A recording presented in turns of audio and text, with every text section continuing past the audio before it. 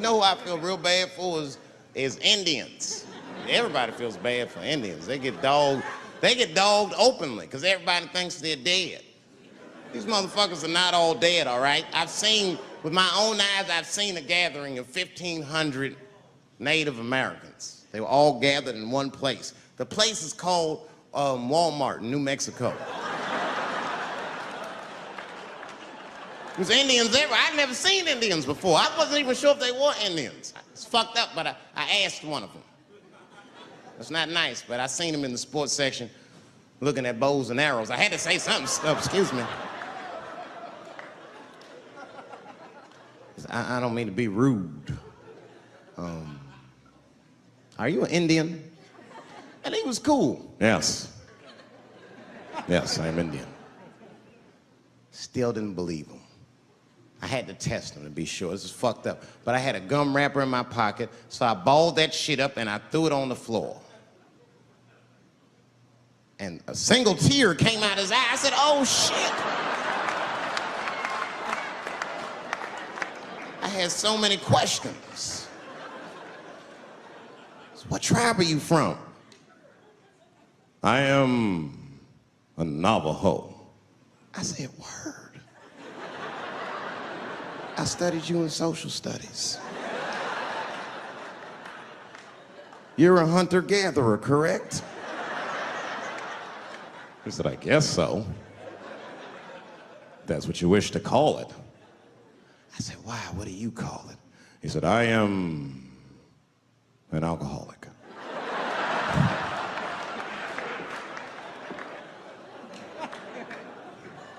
I said, well, what's your name, dog? He said, please. Dog is my cousin. That was a good guess. My name is Running Coyote. What is your name, friend? And that shit caught me off guard. I mean, I didn't want to say my name was Dave to a motherfucker named Running Coyote. This don't feel good enough. He just put me on the spot. I said, huh? My name, what? Oh, my name's Blackfeet. Then I changed the subject. Forget about me, what's going on with you? I want to meet your chief. Why don't me, you, and your chief and your friends get together tonight? We could have a real live peace pipe smoking ritual. We need to celebrate, nigga. I thought you were dead. And he set it up. It was beautiful. It was just like I dreamed. We was all sitting around. Them Indians was beating the drum. Some other Indians came out the back with a long blanket that was folded in half and put in front of us. Opened that shit up, and on the blanket was a long wooden pipe with feathers. And bags of weed were all over the blanket. Chief walked over.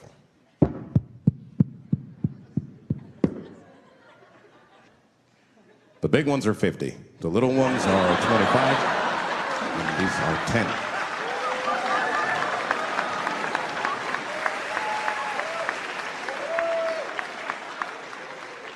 Me and those Indians got high as shit. I was baked. I told the chief, he was talking, I cut him off. Time out, chief. Sorry to interrupt.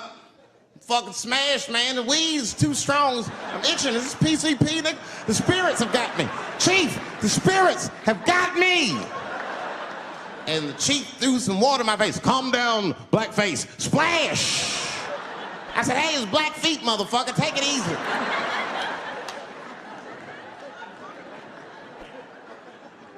Blackfeet, you're welcome to stay amongst me and my tribe for the night until the spirits leave you.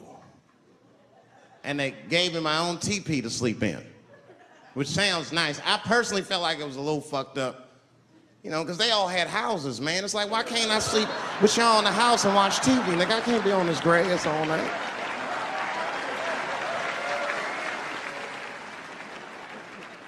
Yeah, Indians is rude, man. Everybody's rude. Indians, they eat nasty food. All they ate was corn and shit. Doritos, I think they call it. That's right. People only see the surface. They see the division in our foods. Just because I eat chicken and watermelon. They think that that's something wrong with me. Let me tell you something. If you don't like chicken or watermelon, something is wrong with you, motherfucker. There's something wrong with you. Where are all these people that don't like chicken and watermelon? I'm sick of hearing about how bad it is. It's great. I'm waiting for chicken to approach me to do a commercial, nigga. I'll do it for free, chicken. It's the least I can do. They make fun of Latin people for eating, what y'all eat? Beans, rice, corn. Listen, that's not a reason to hate a motherfucker, all right? It's funny, but it's not a reason to hate. The only reason these things are even an issue is because nobody knows what white people eat. You've been very good at keeping that shit a secret amongst yourselves. I study white people. You don't know that. I'm writing a paper on you. Not even for school, nigga, just to do it, just to get, I'm just doing independent research. I'm spending my money, that's why I'm working so hard. I follow you around grocery stores. They freak out. I just try to peek in the cart. They always say, get away from my cart, nigga. What are you looking at? Chicken and giblets are over there. You must be lost. These are vegetables.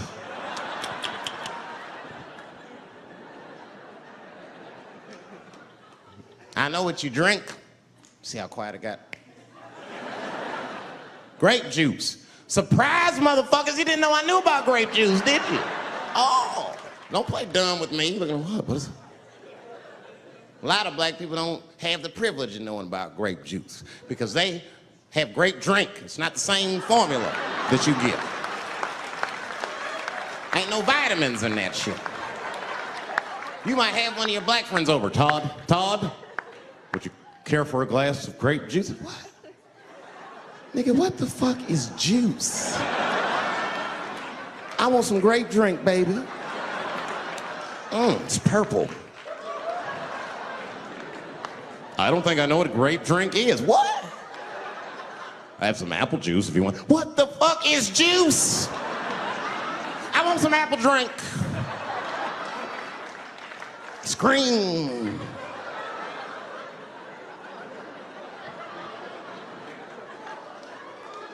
Remember that commercial for Sunny Delight when all the kids run in from outside playing and they all run to the fridge? All right, I got some purple stuff, some Sunny D. As soon as you say Sunny D, all the kids go, yeah! Watch the black kid in the back. If you ever see that commercial again, look at that black kid. He'd be like, I want that purple stuff. That's drink, nigga, that is drink. They want drink. I want all them vitamins, nigga, I want drink.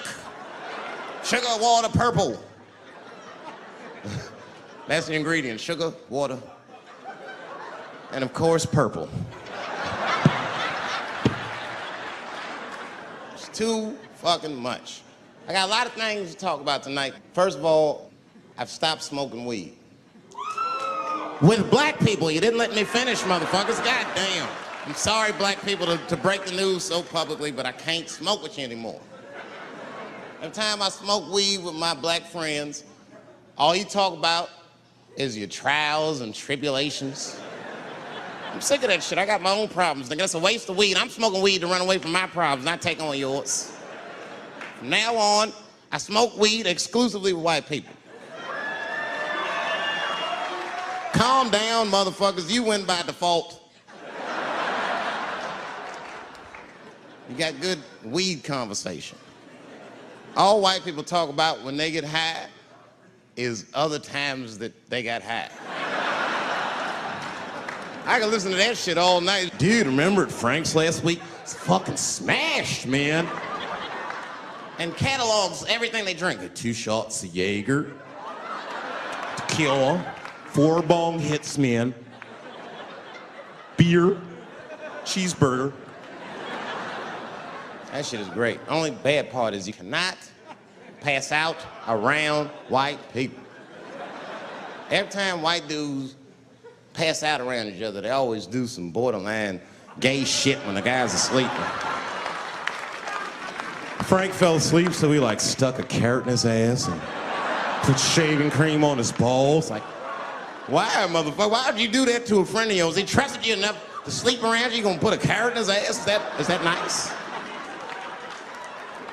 I tell you right now, if I put a carrot in a black dude's ass, a nigga will kill you when he wakes up for some shit like that. That is an automatic death sentence on the street. It's a rap for you. I'm gonna kill that motherfucker. I thought y'all was friends, baby. What happened? I fell asleep at his house, right? We was drinking, and I fell asleep at his house, and while I was sleeping, right? I'm just gonna kill that motherfucker, all right? That's all you need to know. And fuck carrots. You know what I said? That's all I said. First of all, I'll tell you right now what I said. And I will tell you that this was not a joke. It's a true story.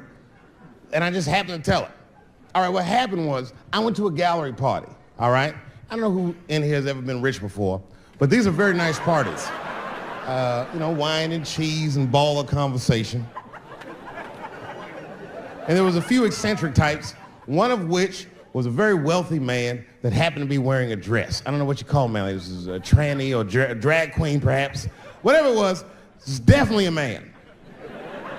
And this man was definitely on drugs. I don't know what kind of drugs he's on, but I knew he had too much. He didn't look good. It's like this, he's like, he looked sick. And all his friends were standing around him, concerned, trying to revive him. I don't know whether it looked like some kind of gay CPR. There was fanning and shit.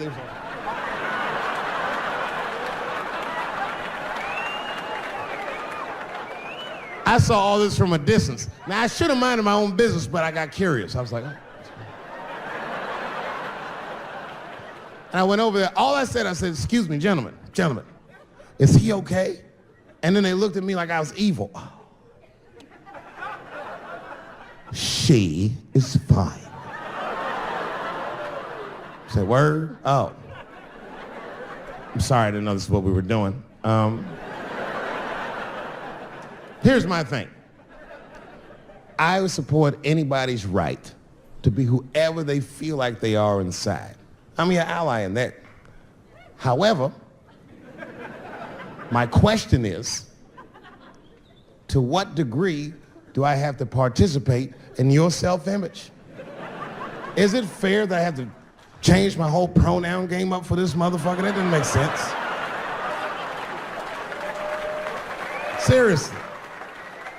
If I put on an Argyle sweater and I'm like, hey everybody, I feel like a white guy in this sweater and I want some goddamn respect and a bank loan. That's not gonna work. Give a fuck how I feel. Why should I give a fuck how you feel? Nigger is a pronoun. But there was no time for philosophical debate. This was an emergency situation. I said, fine. Sorry, guys. I was just worried because she looks terrible. She just fell off the bench. Appears that her dick is popping out of her dress. You mind if I call an ambulance, champ? I'd rather not be at a party where a tranny ODs. There's too many questions to answer.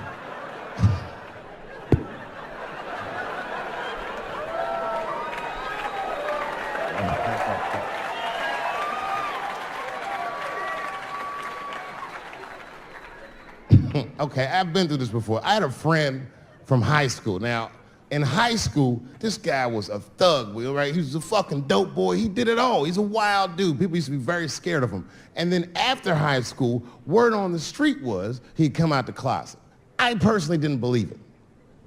I bring him up because last year, he calls me out of the blue like, yo, what's up, man? I got your number from so-and-so, and I heard you're gonna be in New York doing a show. Could I get some tickets? I was like, fuck yeah, get some tickets, man. How you been? He said, well, we'll catch up at the show, man, but yo, I appreciate it. I'll see you soon. I said, all right, man, take care. And I was about to hang up, and I couldn't resist. I was just like, hey, nigga, I heard you was gay. What's going on with that?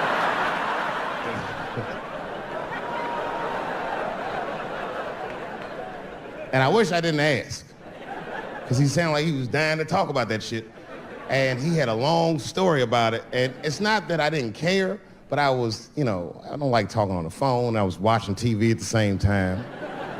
So I just wasn't really paying attention like I should. But I was trying to sound supportive, but I didn't really know what to say. So I was just like mumbling shit throughout this conversation. I was just like, well, nigga, you gay, man. You just gay. Like,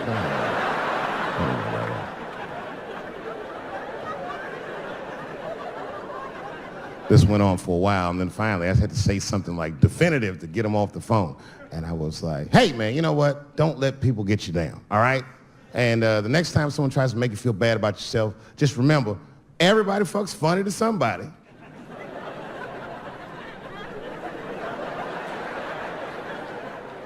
He didn't like that shit. He's like, what the fuck does that mean? I said, huh? He said, you saying I fuck funny, motherfucker? I said, no, that's not what I'm saying. I'm saying everybody's different. He said, you ain't say different, nigga. You say it funny. What's so fucking funny about the way I fuck? And I said, hey, man, I fuck feet. He said, what? Oh, this is not a joke, ladies and gentlemen. I get women to squeeze their feet together like this, and I fuck them right in that little space in their feet. But you can't build a community behind that shit. There's no flag for us. That shit made him laugh. And the next day, after the show, I saw him backstage. He was like, yo, what's up, man? I'm like, oh, shit, what's going on? And he had his buddy with him. He goes, Dave, I want you to meet Manuel. Manuel's my fiance. We're in New York getting married because it's legal here. I said, well, congratulations, fellas. And Manuel was like, gracias. And he went to go get some drinks. And then my buddy looked at me, he was like, so Dave, what do you think? And I started mumbling again. You gay, nigga, you know, you just gay.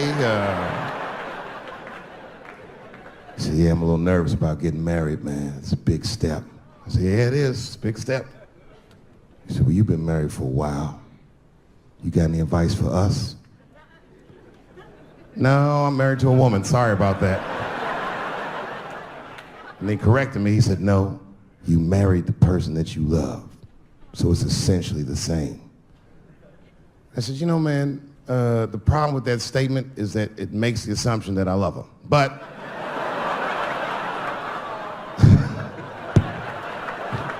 you guys lighten the fuck up. Of course I love my wife.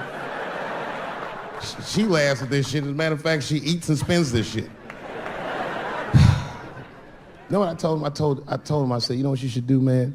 First of all, you shouldn't do it. I'm talking about being legally married. It's not that you're gay as much as just legal marriage is a fucking diabolical leverage game in the United States.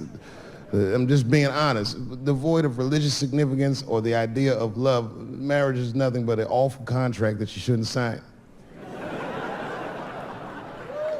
I'm just being real. Because you start out loving each other, and then like 2 years later, you're just building a case against one another for a hypothetical court date that may or may not ever happen. You throw being gay on top of that, that shit is explosive. Like I said, Ray Rice shit. Okay, right after Ray Rice went through all that shit, I was at a party and I met this kid, Michael Samms. You know Michael Samms? Very nice guy. He's the first openly gay NFL player. And Mike's a very nice guy, very brave guy. But when I met him, I couldn't help but thinking, now what's gonna happen when Michael Samms beats his wife up in the elevator? Is that domestic violence, or is that just two niggas working shit out in the elevator? You know what I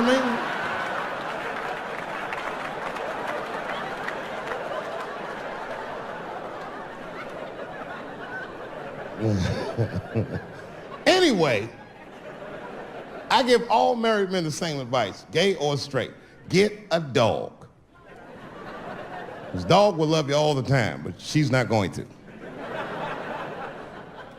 It's real talk. I didn't even know about dogs, and my kids got the dog. They brought him home from the shelter, and I didn't even want him. They were like, can we keep him? I said, nope. I said, where'd you even get this dog? They're like, we got him from the shelter. I was like, ugh. Probably something wrong with him. Can't keep him. And then my kids started crying and screaming like the dog had gambling debts. Please, Dad, if you don't let us keep him, they're gonna kill him. I was like, oh.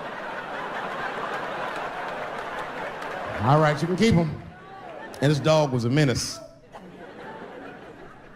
I hated his guts.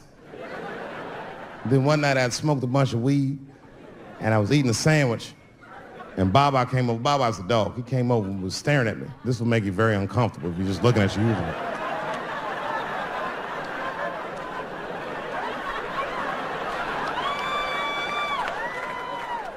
I had to give him a piece of my sandwich so he'd go away. And that's how we became friends. Now, if you see me walking down the street with Baba, I ain't got no leash or nothing. He walks right next to me. If I stop, he'll stop. And if I go, he'll go. And all my friends are like, yo, Dave, that shit is dope. How you train Baba to do that shit? I've never trained Baba. I'm just a messy eater. If I drop food and Baba's not around, all I gotta do is call him. Baba! He's a black dude's dog, so he doesn't come right away. He peeks first to see what's going on.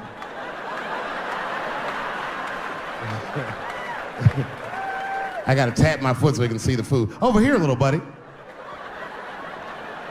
And he's like, thanks, Dave. He'll come get it and run off. I came back here where I started because I will shoot my final Netflix special tonight.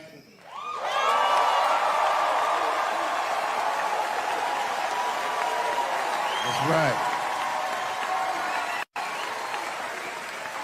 And after this shit, it's time to make America wait again.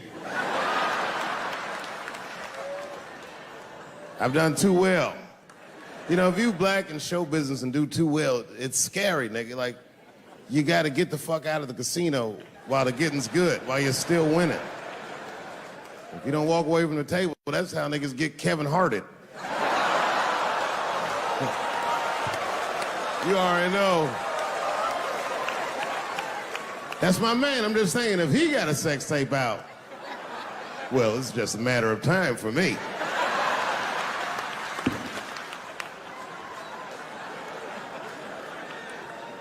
But you know why I be thinking sometimes I want to stop doing comedy? And you know, I don't want to sound like a braggart saying this, but the real reason I want to stop is because I'm too goddamn good at it. I'm not even exaggerating. It's not exciting. Every night before I come out on stage, I'll be backstage like, I'm sure this is gonna go well. And it always does. I'm so good at writing jokes, and this is not even an exaggeration. I actually write jokes backwards. I will write a punchline with no particular setup in mind. I just put it on a scrap of paper, and I'll throw that scrap of paper in my fishbowl. I have a fishbowl in my house filled with random punchlines. And every once in a while, I'll shake the bowl, and I'll dig in there and just pull one out and see if I can make that shit work. And I picked one for this special. It's not an easy punchline to pull off. Are you ready? Yeah. Here it goes. The punchline is, so I kicked her in the pussy.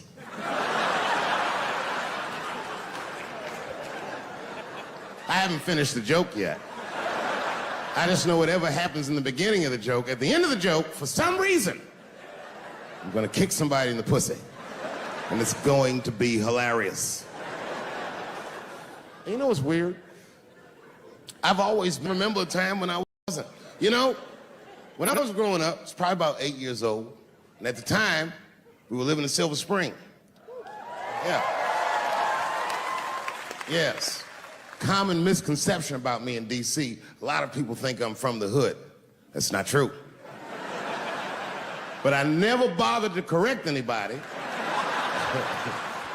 because I wanted the streets to embrace me. As a matter of fact, I kept it up as a ruse. Like sometimes I'll hang out with rappers like Nas and them, and these motherfuckers will start talking about the projects. Yo, it was wild in the PJs, yo. And I'll be like, word, nigga, word. But I don't know. I have no idea. My parents did just well enough so that I could grow up poor around white people.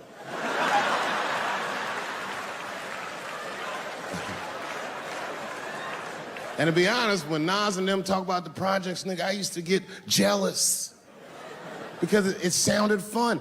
Everybody in the projects was poor, and that's fair. But if you were poor in Silver Spring, nigga, it felt like it was only happening to you. I know the pain of that first sleepover at a white friend's house. And you come back home on Sunday and just look at your parents like, y'all need to step your game up. Everything at Timmy's house works. Remember the first time you saw that? In a cold winter, and you'd be at a white friend's house and see the motherfuckers in their living room without their coats on?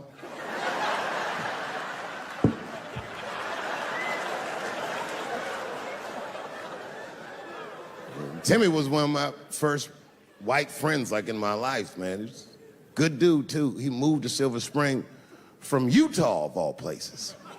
I guess his family was affiliated with that Mormon church they got down there, and me and him used to hang out. And one day I was at his house, we were just hanging out, and Timmy says, "Dave, why don't you stay for dinner tonight?" I said, "Oh, man, I'd love to, but I can't. If I'm not home before dark, my mother will kill me." That was a lie. My mother had several jobs. I hadn't seen her in like 3 or 4 days.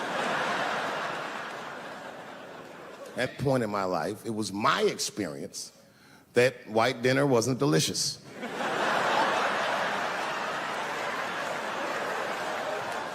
I'd rather go home and fry some bologna or some shit like that.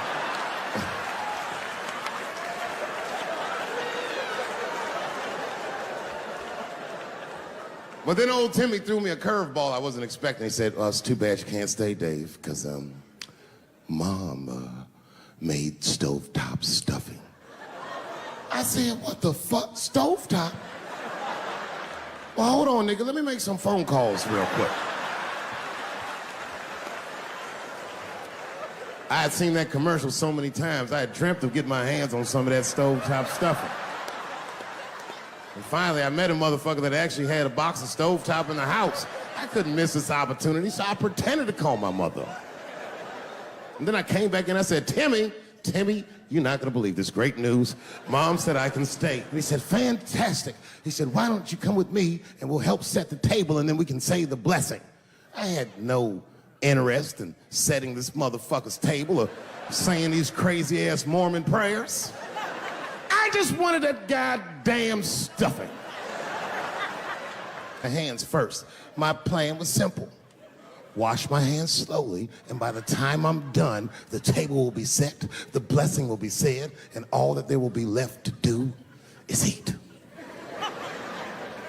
Went to the bathroom. I washed my hands very slowly. I must have been in there for about 10 minutes. And suddenly, one of his mothers came to the door.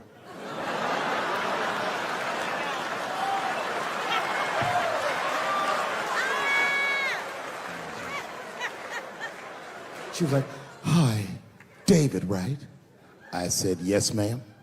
She said, "Timmy tells me that you're planning on staying for dinner." I said, "I hope that's not a problem, ma'am." She says, "No, it's no problem. In fact, we'd love to have you. It's just that we weren't expecting company. And I'm afraid there's not enough stovetop stuffing for everybody." So I kicked her in the pussy. Bam! Ladies and gentlemen, I told you I'm dope, nigga. I told you what I was gonna say and you still didn't see it coming. And that's why I make the big bucks.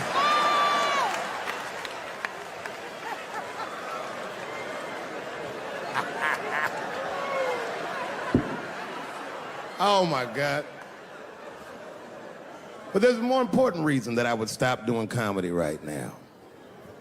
And this reason is the real reason that's been percolating, and it really is the crowd, not you. I'm talking about the crowd on the big stage. It's too hard to entertain a country whose ears are so brittle. Motherfuckers are so sensitive, the whole country is turned into bitch-ass niggas.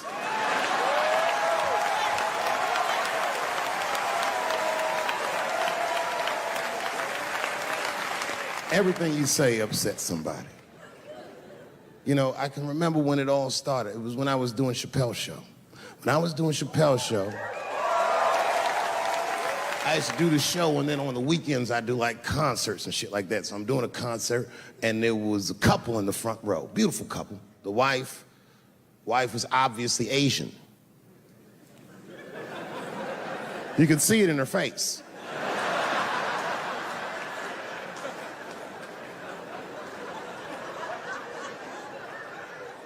The husband This motherfucker was mysterious, to say the least. Couldn't quite pinpoint where he was from. Caramel-colored fella, very nice hair, but he could have been from anywhere. Bangladesh, Mexico. I can't guess with a nigga like this. All I knew for sure about this guy is that his wife was a bitch. I could see that in her face, too. No, he was laughing and having a good time, and she was scowling at me at a goddamn comedy show. I couldn't figure it out. And then I realized at some point that she was pregnant, and I was smoking on stage. I said, oh my God, that's probably why she's mad. So I started to put my cigarette out, but then she hit me with one of them fake non-smoker calls. So I just kept smoking. I thought to myself, bitch, that baby will be fine, relax. And I tried to break the tension. I just asked her. That's all I said. I go, hey, where are you guys from anyway? And I could tell that she was on to me. She goes, very condescendingly, she says, I'm from California. If you're asking my ethnicity, I am Chinese. He was like, I'm Mexican, bro. I said, well, I'm sorry if I offended you by asking, but you're a very beautiful couple. And miss, there's no question that you're gonna give birth to the hardest working baby this world has ever seen.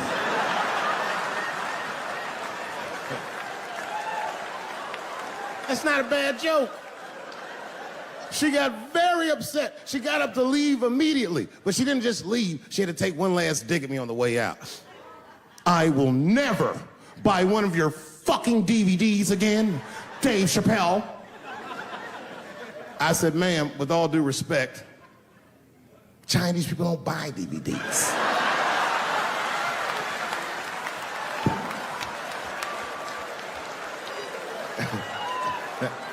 And the crowd went crazy. We were all laughing, having a good time. I didn't even think anything of it. And then just 3 days later, this lady sends a fucking letter to my promoter telling him not to book me for shows anymore because I was, quote, racist, and I'm quoting her, insensitive to the nature of my interracial marriage. I was like, word, bitch, I was.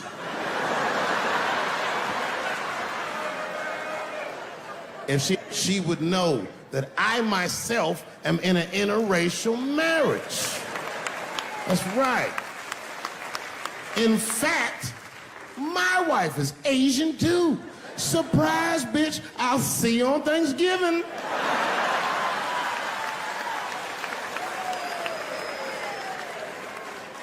But my wife's not Chinese. She's Filipino. That's right, that's right. And our kids are Puerto Rican somehow, so there you go. But I don't give a fuck about interracial marriage. In fact, you know what? My mother is half white. A lot of people don't know that. Well, all right, you were a little too excited, but okay. A lot of people don't believe me when I say that, but it's true. You can't tell looking at me, but if I grew my hair out, you would think you was at a fucking Cat Williams concert. My shit is beautiful. But motherfuckers are just taking it too far. I don't know why or how everybody got this goddamn sensitive. You know who hates me the most? The transgender community. Yo, yeah, these motherfuckers. I mean, I didn't realize how bad it was. These motherfuckers are really mad about that last Netflix special.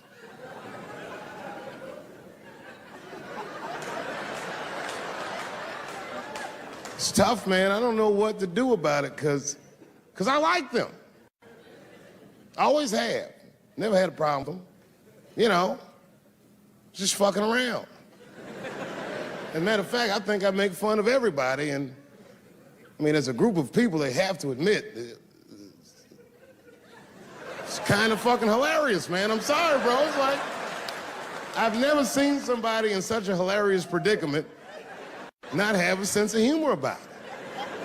They're born feeling like there's something other than they're born as, and that's kind of funny, you know? I mean, it's funny if it's not happening to you. It's like that white black bitch that's in the news all the time. Rachel Dolezal. She's a white woman, but then she dressed up like a nigga and shot her way up to the very top of blackness. And I always wanted to meet her just so I could understand. I just wanted to like have dinner with her so I could just look in her eyes and call her a nigger to her face. The fuck is that bitch talking about? I identify black. That is trans talk, lady. Stop biting. Stop biting. There's a big difference between her and a trans. The difference between her and a trans is I believe transgenders. I don't understand them either, but I know they mean what they say. Them niggas cut their dicks off. That's all the proof I need. I've never seen somebody just throw their dick away. Don't need it.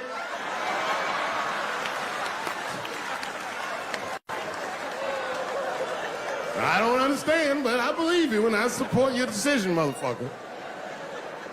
But how far is Rachel willing to go? What is Rachel willing to do so that we blacks can believe that she believes she's actually one of us? Bitch, are you willing to put a lien on your house? Invest in a mixtape that probably won't work out?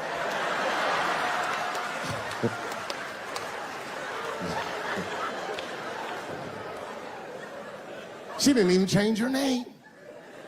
Didn't even change her name. Her name is Rachel. I can't believe in that name. If you want my support, you're gonna have to change your name to the blackest shit I've ever heard. Bitch, you're gonna have to change your name to Draymond Green. I don't know a blacker name than that. That shit is black on paper. If you type Draymond Green into Airbnb, that shit will log off automatically.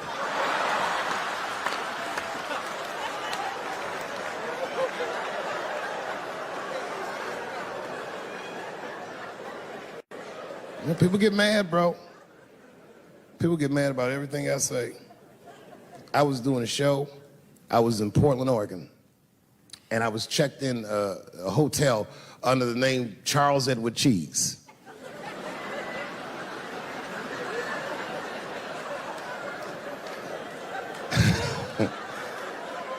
I came back, and there was a note. It was like a letter on my desk. It was addressed to Mr. Cheese. So obviously, I'm going to assume that whoever wrote this letter must be an intimate friend of mine. This is not some kind of name that a person would just guess. But then I open the letter, and it turns out I don't know this person at all. It's a fan letter. You know, I'm not even used to the idea that I have fans, but I'm grateful for it. And even though I'm grateful for fans, I don't read those letters. Be nice if I did, but realistically, it's like, what am I, Santa Claus, nigga? I don't have time for this. Like, got shit I want to do. I'm trying to chill. Read all these dreams and wishes from strangers, but I read it. I'd already opened it. So I just read the whole letter. And you know what, man? Whoever wrote this letter truly loves me. I mean, they were really fucking nice in the letter. And then they described to me what it was like to come to the show, how excited they were, how much fun they were having. And then they said that when I got to my jokes about transgenders, that they were, quote, devastated. Because it turns out that whoever wrote the letter was transgender. Now, I'm going to be real for a second. You got to understand, I never feel bad about anything I say up here.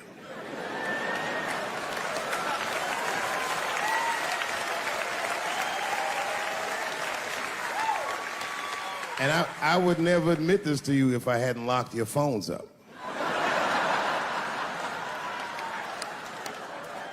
But it was the weirdest thing. Like, when I read this letter, the shit made me feel bad. I didn't feel bad about what I said, you understand?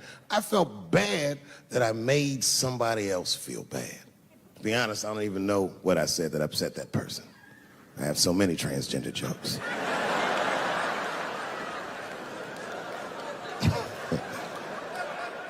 But I feel like it was probably this joke I'm about to tell you right now. And it's not even that bad of a joke. It's a true joke. I mean, it's not true, but I had read in the paper that Caitlyn Jenner was contemplating posing nude in an upcoming issue of Sports Illustrated.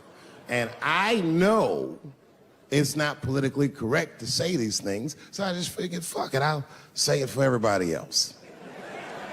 Yuck. Oh, sometimes I just want to read some stats. I don't know why you're gonna cram some man pussy in the middle of the sports page like this. I just didn't think that was the place for it. But I wasn't saying anything like Caitlyn Jenner's a bad person. I'm not mad at her for doing it. I'm not even mad at Sports Illustrated. If I'm mad at somebody, I'm probably just mad at myself. You understand? Because deep down, I know that I am not strong enough to not look at those pictures.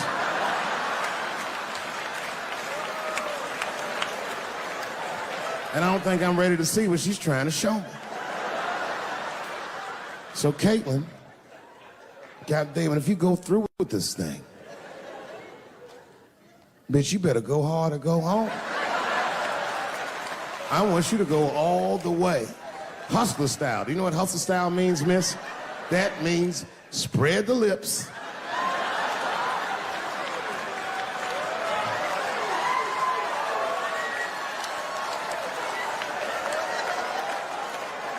I hope she spreads her lips and there's an itty bitty dick inside. Ah! The show is behind the curtains.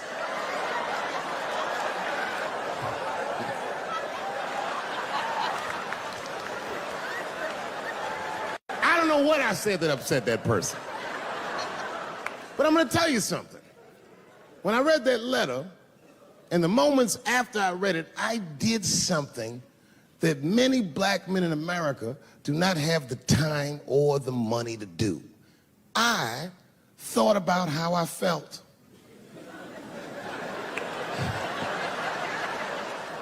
I asked myself a very basic question that I don't think I ever directly contemplated. I said, man, Dave, if you're writing all these jokes, do you have a problem with transgender people?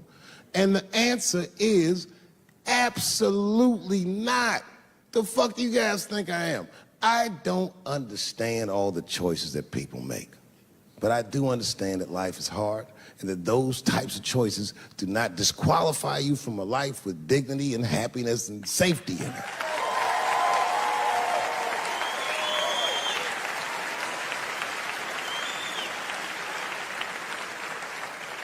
But if I'm honest,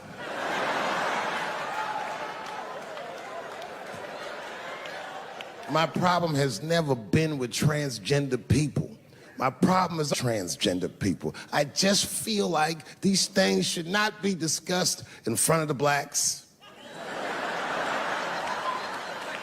It's fucking insulting, all this talk about how these people feel inside. Since when has America given a fuck how any of us feel inside?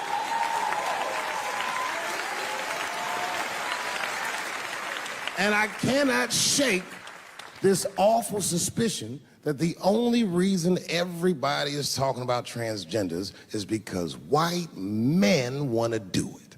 That's right. I just said that. If it was just women that felt that way, or black dudes and Mexican dudes being like, hey, y'all, we feel like girls inside, they'd be like, shut up, nigger. No one asked you how you felt. Come on, everybody, we have strawberries to pick. It reeks of white privilege. You never asked yourself why it was easier for Bruce Jenner to change his gender than it was for Cassius Clay to change his fucking name?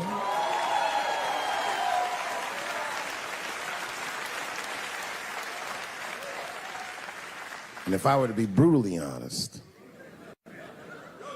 the only reason I ever been mad at the transgender community is because I was at these niggas for 6 songs straight. I had no idea. And then the lights came up and I saw them knuckles. I said, oh no! And everybody was laughing at me. Hi, world star. I said, why didn't you say anything? And then I heard that sultry voice. I didn't say anything, Dave Chappelle. because I was having a wonderful time. And I wasn't sure how you'd feel about it. I said, you knew how I'd feel. And she said, I'm going home. I don't want any trouble from you. I said, home, it's only 2 songs left. I mean, we might as well finish tonight. And we ended up having breakfast together. Oh, grow up, that doesn't make me gay. I just titty fucked her. His titties are as real as any titties in L.A. It's 2 o'clock in the morning. I was just borrowing a little friction from a stranger. Whoops.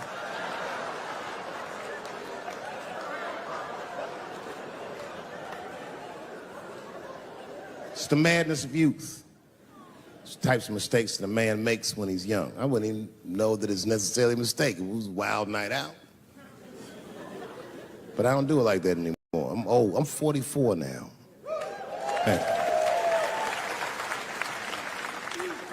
It's the first time in my life I've ever started to physically feel my age. It's tough, man. You know how I know I'm getting old? This is embarrassing, but I was in my hotel room. I'm not gonna lie, I was jerking off, and I was really sweating it out. And this is when I knew I was old. I just gave up in the middle, nothing even happened.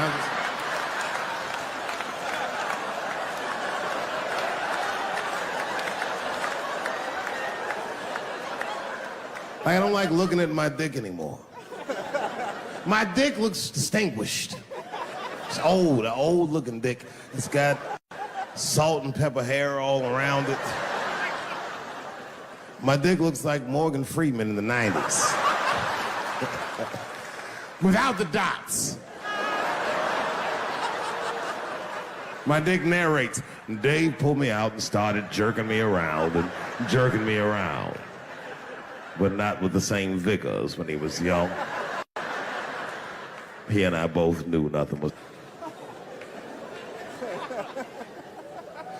I see my age in my children. I came home from the road. This is not long ago. I've been gone for, if you can picture, I was gone for weeks and weeks. And when I came back, nobody was home. Now, one person in my family thought that maybe I'd like to see them when I got back. They knew when I was coming back, but they just weren't home. And that shit was a wake-up call. You know, when my kids were little, and the tour bus would pull up to the house, these motherfuckers would spill out.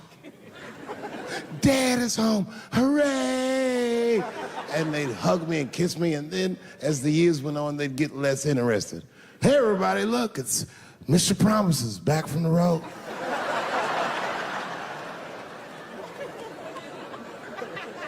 But empty house, that's some cold shit. And I went into my oldest son's room. I was like, hello, hello. He was gone. And I'd never done this to him before, but for some reason I just did it. I just looked through his shit. Just to see who this motherfucker was becoming. And I found these notebooks and I started going through them. Written as his handwriting. I didn't even know this nigga wrote poems. And then I looked through his drawers and I opened up his middle drawer. And I found this rolling paper. And I looked down at them papers like, oh, that's where that poetry's coming from.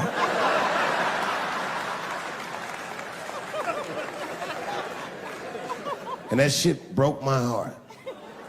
I mean, I smoked weed, but I mourned my son's innocence. And I cried a little bit. And I took his papers upstairs to my room. Rolled some weed that I'd hid from the family. And I got really high. And then I got paranoid, so I put his papers back how I found them. So he wouldn't know what I was up to. This nigga won't even know that happened until he sees the special. Yeah, nigga, I found your papers. He's a cold motherfucker. Let me tell you, this kid is only 16 years old. Listen to what he did to me. This motherfucker calls me up in the middle of the night, it was 1 o'clock in the morning, he goes, Dad, don't be mad. I knew something was, what's going on? He said, listen, I'm fine. And don't forget, you told me to do this. I'm at a party, and my designated driver had too much to drink.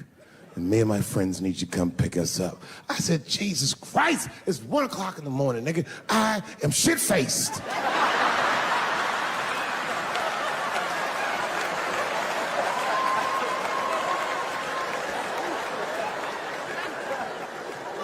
But I figured, fuck it, it's better me than some kid. I might as well roll the dice and go pick my nigga up. I said, all right, I'm coming to get you. Just give me the address and I'll be right there. And then he gave me the address and I was shocked. I said, son, you are not gonna believe this, but I'm at the same party, nigga.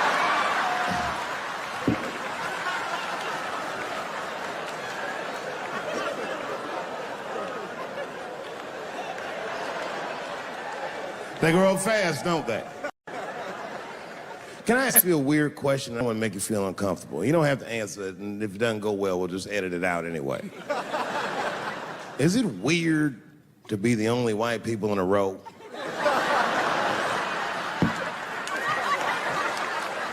Is it weird? I mean, to be honest, does it feel strange? Are you worried at all? Give me your money, motherfucker. I'm just fucking around. I was gonna say. This guy got ice in his veins. He didn't even buckle.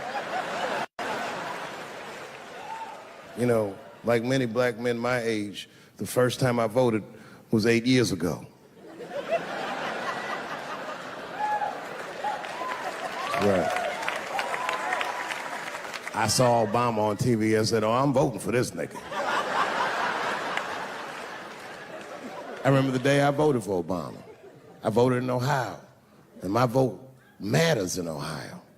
Ohio is a battleground state. But when I pulled up to the polls, all the soldiers were in line. There were so many black people in that goddamn line, I didn't even know it was a polls. I thought it was a check cashing place.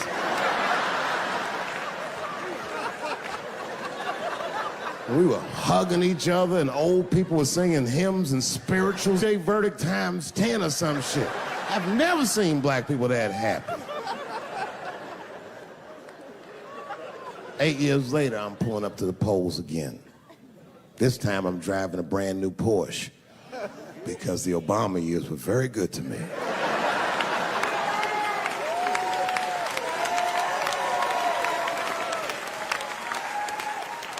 I was early voting, and when I parked my car, I figured out something that it would take the rest of the country another week to figure out.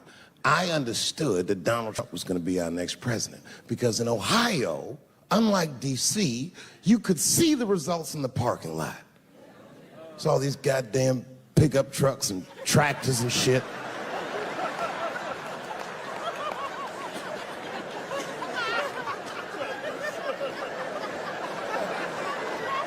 And then I walked up and I saw a long, long line of dusty white people.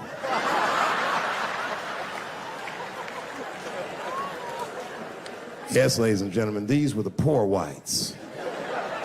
And I must tell you, I've never had a problem with white people ever in my life. But full disclosure, we've gotten a lot of trouble out of them. And I'd never seen so many of them up close. I looked them right in their coal-smeared faces.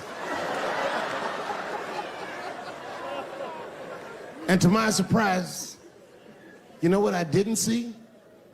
I didn't see one deplorable face in that group. I saw some angry faces and some determined faces, but they felt like decent folk. No, they did. In fact, I'm not even lying, and I didn't sound fucked up, but I felt sorry for them. I know the game now. I know that rich white people call poor white people trash. And the only reason I know that is because I made so much money last year, the rich whites told me they say it at a cocktail party.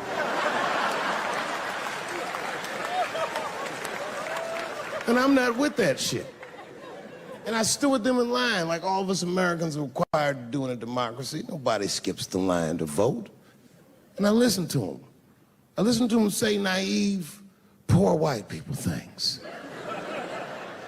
Man, Donald Trump's gonna go to Washington and he's gonna stand there thinking to my mind, you dumb motherfucker.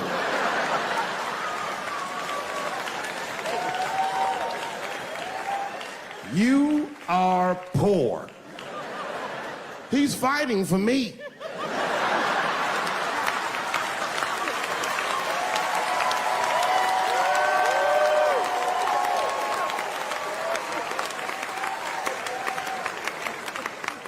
And they all looked at me. They could tell who I was voting for just as easily as I could tell who they were voting for.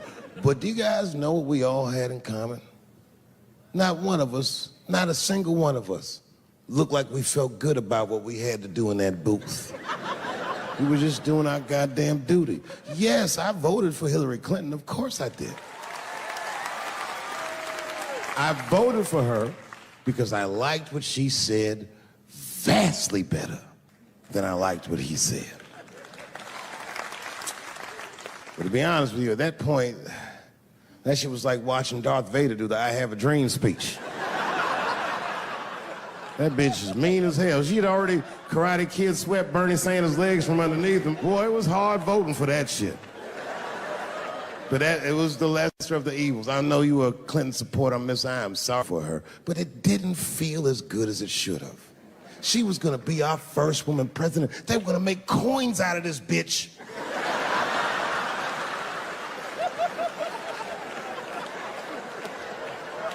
And somehow she just missed the dunk. Of course she should have beat him. Of course she should have beat him. You know what voting for her felt like? It was bittersweet. It felt like I was lucky enough to eat Halle Berry's pussy. And whilst I was doing so, she fucking farted in my face, man.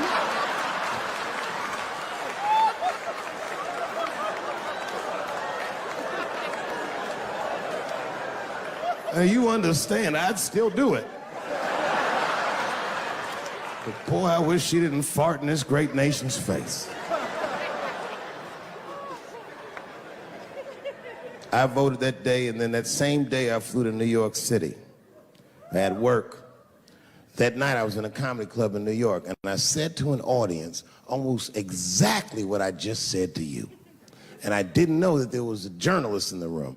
And this journalist wrote an article. The headline of the article said, Dave Chappelle is an avid. Yeah, I had no idea the paper said that. And you know how I found out? My wife called me from Ohio the next morning in a goddamn panic. David, what the fuck is going on in New York? I said, I'm being good, but what have you heard?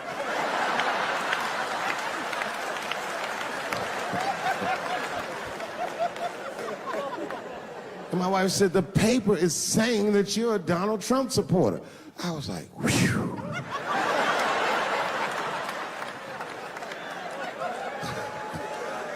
I said, don't worry about that shit, baby.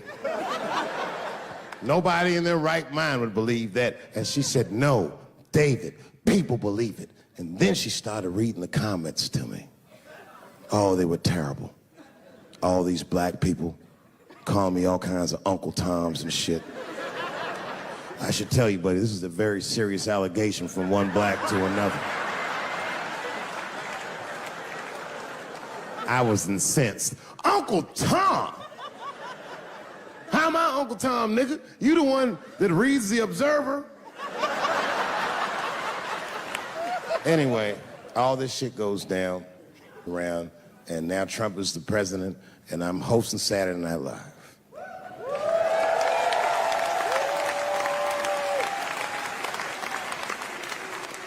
And I didn't really prepare my monologue. I just kind of winged it. And at the end of the monologue, I don't even remember what I said. I said something like, fuck it, we're historically disenfranchised, and we're gonna give him, something about we're gonna give him a chance if he gives us a chance. I don't know what I said, but whatever I said, I really wish I didn't say that shit. It was not worth the trouble. Now I walk into the barber shop and all them black people just be looking at me like, yo, Dave, what's up with your boy? Yo, nigga, yo! Not my boy. Because I don't care if you're a Republican or Democrat, if you support him or not, any objective person is gonna have to admit that this motherfucker is having a terrible go of it. It really is. We've had presidents before that have done bad jobs, but this shit is worse than a bad job. It's scary to watch. Holy shit, it's like seeing a crack pipe in your Uber driver's passengers. The fuck is wrong with this guy? Yo, he is lunching, nigga. I watched Donald Trump in a press conference, and this motherfucker had all the media gathered, and this nigga literally asked the media to their face to stop finding shit out. I was like, yo, this motherfucker is bugging. And then, I'm not even making this up, his lips started sweating. His lips. Have you ever seen a motherfucker's lip sweat? What the fuck is wrong with this nigga's lips? It's like if you're on a plane, right? You ever been on a plane? I get scared to fly. I do it all the time. I be scared on there. And sometimes the plane will hit turbulence. And then I get nervous. But I always look at the flight attendant, and she looks calm, and it makes me feel calm. But if that bitch's lips were sweating, it's terrifying. Like, yo, nigga, why are your lips sweating? What do you know? And then, I'm not even making this shit up. This motherfucker grabbed the podium, he goes, you don't know how scary the things I read in my briefings are. What's that, bro? That's bad leadership. Even as a parent, you think I'm gonna sit my kids down? Hey, little man, come here real quick. I was gonna holler at you for a second. Yo, I'm 3 months behind on the rent, nigga, and I am worried. Very worried. Go to school and have a productive day, nigga. I was just thinking out loud, getting some shit off my chest. I'm like, what the fuck are you doing, bro? This is bad, man. Jesus Christ.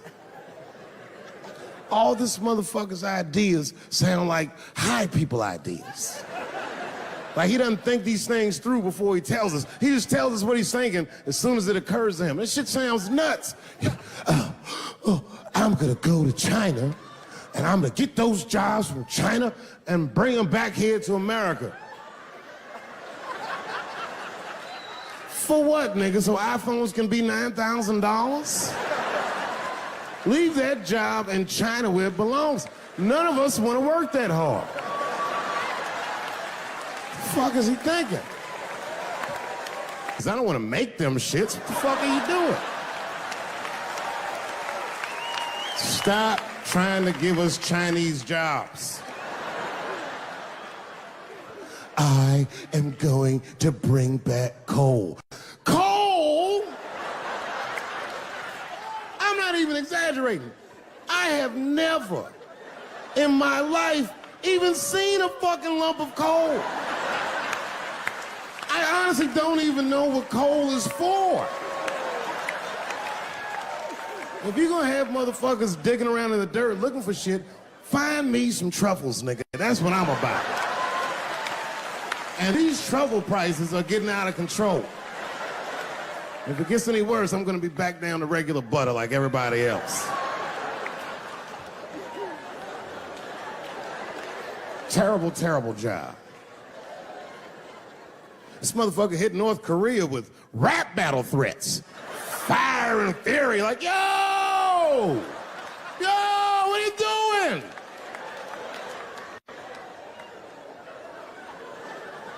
It's fucking Korea, man. Kim Jong-un is a scary motherfucker. He might be as crazy as Trump. Some scary shit. And if you one of them naive motherfuckers that thinks that a war with Korea is gonna be easy, then you don't play Call of Duty at 3 a.m. like I do. Because that's when the Koreans play. Fucking 8-year-old Korean kid took out my whole goddamn platoon last night.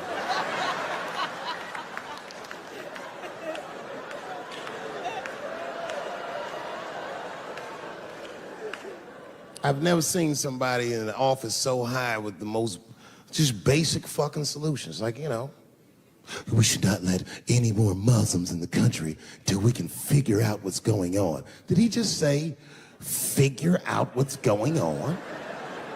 Who doesn't know how to do basic math? Let's count it out, okay? There's been 17 mass shootings in the United States. 4 of them were done by Muslims. None of those 4 Muslims were from any of the 7 countries in your stupid ass original band.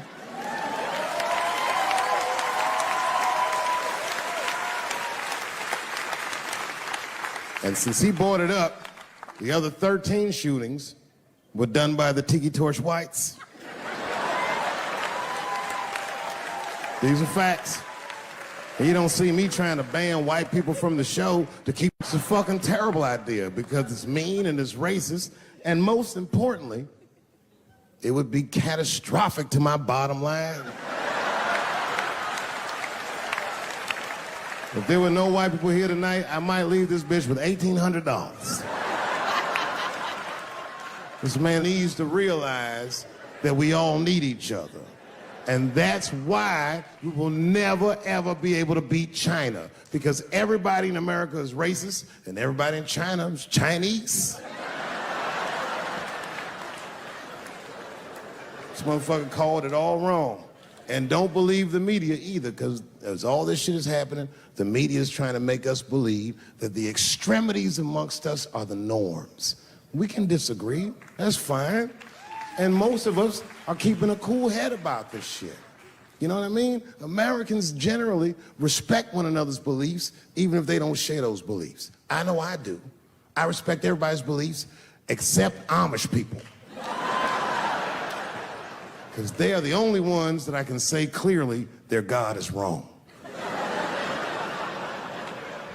The speed limit is 75 miles an hour in Ohio, and 1 lane of traffic is buggy.